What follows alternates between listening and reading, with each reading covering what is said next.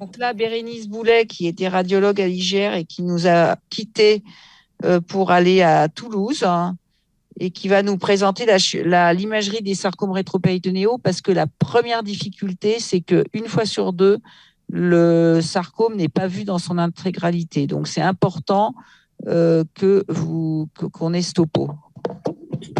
Vous voyez bien mon écran? Oui, on le voit bien, Bérénice. D'accord, parfait. Donc, je vais parler en fait des tumeurs mésenchymateuses primitives rétropéritonéales. Donc, je vous rappelle, mais bon, vous le savez déjà, hein, que ce sont des tumeurs rares, que seule la chirurgie complète et monobloc, c'est-à-dire avec multi-organes, est le seul traitement efficace reconnu, et que contrairement à quand c'est des sarcomes au niveau des membres, eh bien, la récidive locale puis péritonéale, même de bas grade, tue le malade. Dans les types histologiques qu'on va trouver, ce sera pour 40% des liposarcomes et pour 24% des léguminosarcomes, puis ensuite toutes les autres variétés. Donc, les particularités des sarcomes des tissus mous du rétropéritoine, c'est d'abord, ce sont des masses qui vont être indolores. Donc, comme elles sont indolores, elles seront généralement volumineuses quand on va les découvrir, étant donné qu'elles se développeront dans l'abdomen. Comme ailleurs, elles vont respecter les barrières anatomiques, mais on sait que en fait, les sarcomes respectent les aponevroses, le périos, le périnèbre. Mais en fait, la seule barrière qu'on va avoir en intra-abdominal, ça va être la cavité péritonéale. Donc, le rétropéritoine, c'est extra-compartimental. Donc, dès quelque chose se développera dans le rétropéritoine, ça pourra descendre vers le bas en sous-péritonéal et aller dans les hernies, faire hernie dans les défilés anatomiques. Autre particularité, c'est que comme les autres sarcomes, c'est non lymphophile, hein, sauf certains sous-types, on le sait, et que le tropisme classique, c'est le poumon. Donc, l'imagerie, en fait, va être clé. Donc, on va voir dans un premier temps quelle imagerie faire. Dans un second temps, comment affirmer la topographie rétropéritonéale qui n'est pas toujours facile. Orienter le diagnostic. Qu'est-ce qui va nous orienter dans le rétropéritoine? Souvent, c'est de savoir s'il y a du gras ou non. La certitude diagnostique, c'est toujours la biopsie par un abord rétropéritonéal. On verra ensuite le bilan d'extension, donc essentiellement le poumon, mais aussi le péritoine. Et puis ensuite, la surveillance. Donc, quelle technique d'imagerie? Finalement, ça reste le scanner. Pourquoi? Parce que ça permet une évaluation d'un grand volume d'exploration et puis que finalement, comme vous avez vu, la représentation du liposarcome est quand même importante et que finalement, l'IRM n'est pas forcément discriminante, on le verra plus tard. Le scanner nous donne une résolution suffisante pour avancer pour ce qui est des sarcomes du rétropéritoine. Par contre, l'IRM aura sa place lorsqu'on veut en fait plus de détails au niveau pelvien ou bien au niveau du rachis, savoir les rapports par exemple avec les foramen intervertébraux. Comment est-ce qu'on affirme la topographie rétropéritonéale? Parce que souvent, en fait, quand on les découvre, les tumeurs intra-abdominales, en fait, sont volumineuses. Donc, la question qu'on se pose n'est pas toujours évidente de savoir est-ce que c'est péritonéal ou rétropéritonéal. Donc, pour ça, il faut faire un rappel embryologique. On sait que la cavité péritonéale, en fait, c'est un sac dans lequel vont s'invaginer les organes. Et puis, il va y avoir, au cours de l'évolution, un accolement secondaire du côlon droit et du côlon gauche qui, finalement, formeront la limite postérieure fixe de la cavité péritonéale. Il en est de même, en fait, pour le duodénum et le pancréas. Donc, on comprend bien que ce qu'il faudra toujours chercher, c'est où est le côlon. En bas, comme je vous l'expliquais tout à l'heure, le rétropéritoine en fait n'a pas de limite avec en fait l'espace sous-péritonéal. Donc finalement, tout cet espace serait plutôt tout ce qui est extra-péritonéal. Donc voilà ici un exemple.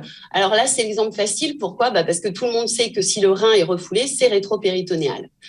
Mais comme vous voyez dans cet exemple-ci, le rein reste à sa place. Donc finalement, cette masse, c'est ce qu'elle se développe en fait en intrapéritonéal ou en rétro. On cherche le côlon.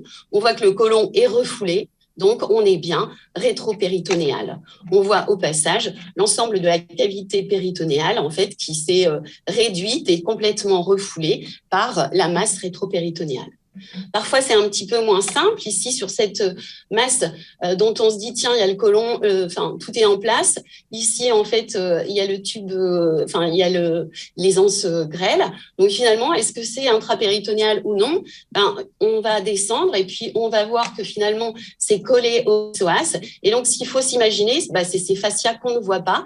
Mais c'est-à-dire que, en fait, on peut avoir la partie postérieure du péritoine qui est refoulé vers l'avant alors même que le côlon reste à sa place. Une fois qu'on a déterminé que la tumeur est rétropéritonéale, il faut savoir si c'est une tumeur rétropéritonéale primitive ou si elle est d'origine viscérale. Donc, quand on est au niveau du rétropéritoine, ça va être par exemple au niveau du rein. Donc, ce qu'on connaît pour le rein, c'est le signe de l'éperon, c'est-à-dire que si quelque chose a un angle aigu de raccordement avec le cortex du rein, et bien dans ce cas-là, le point de départ, c'est le rein. Vous voyez, ça c'est pour les tumeurs typiques, mais pas les sarcomes. Ici, il s'agissait d'un sarcome. On voit encore une fois ce signe de l'éperon. Alors qu'ici, dans un autre cas de sarcome du rétropéritoine, qui n'est pas forcément le plus typique parce que quand même, il fait un effet de masse, mais on voit bien quand même que l'angle de raccordement n'est pas aigu. Donc, ça, c'était bien un sarcome du rétropéritoine. Une fois qu'on sait que la tumeur est rétropéritonéale, finalement, on sait statistiquement que dans 80% des cas, c'est malin. Mais en fait, 55% des cas, ce sont des tumeurs conjonctives, c'est-à-dire ce qui nous intéresse. Dans 80% des cas, elles sont malignes, donc c'est-à-dire nos sarcomes, avec la représentation, comme je disais déjà, 40% de l'hyposarcome et 25% de l'héliomyosarcome. Mais finalement, on a quand même 45% qui vont correspondre à des lymphomes, des tumeurs germinales ou voire même des métastases de carcinome. Donc, qu'est-ce qui va nous orienter, nous? Même si on est radiologue, on n'est pas stupide, c'est-à-dire qu'on va se servir du contexte. C'est-à-dire je savais que ça te ferait réagir. Donc, ici, à gauche, une femme de 50 ans, bilan d'une adénopathie susclaviculaire. On voit ici un paquet manifestement ganglionnaire qui en fait décolle en fait le plan vasculaire du plan du rachis avec une adénopathie susclaviculaire. En étant logique, on pense en premier au lymphome. Ici, un homme de 28 ans qui avait des douleurs abdominales. On voit une grosse masse rétropéritonéale hétérogène. Là, on pense bourse. Pourquoi? Parce que il peut s'agir de tumeurs à cellules germinales. Et là, on peut même être très malin en demandant d'emblée les marqueurs tumoraux qui permettront, s'ils sont positifs, de nous affranchir de la biopsie directe de la chose. Forcément, on fera une échographie testiculaire. Il faut quand même savoir qu'il n'y a pas toujours quelque chose dans le testicule et que parfois, c'est la tumeur qui peut se développer pour elle-même avec comme premier site préférentiel le rétropéritoine et en deuxième, en fait, le médiastin. Ici, un autre cas de lymphome où vous voyez que cette fois, c'était plus organisé sous la forme d'une gange tumorale que de réellement voir. On ne voit pas l'image.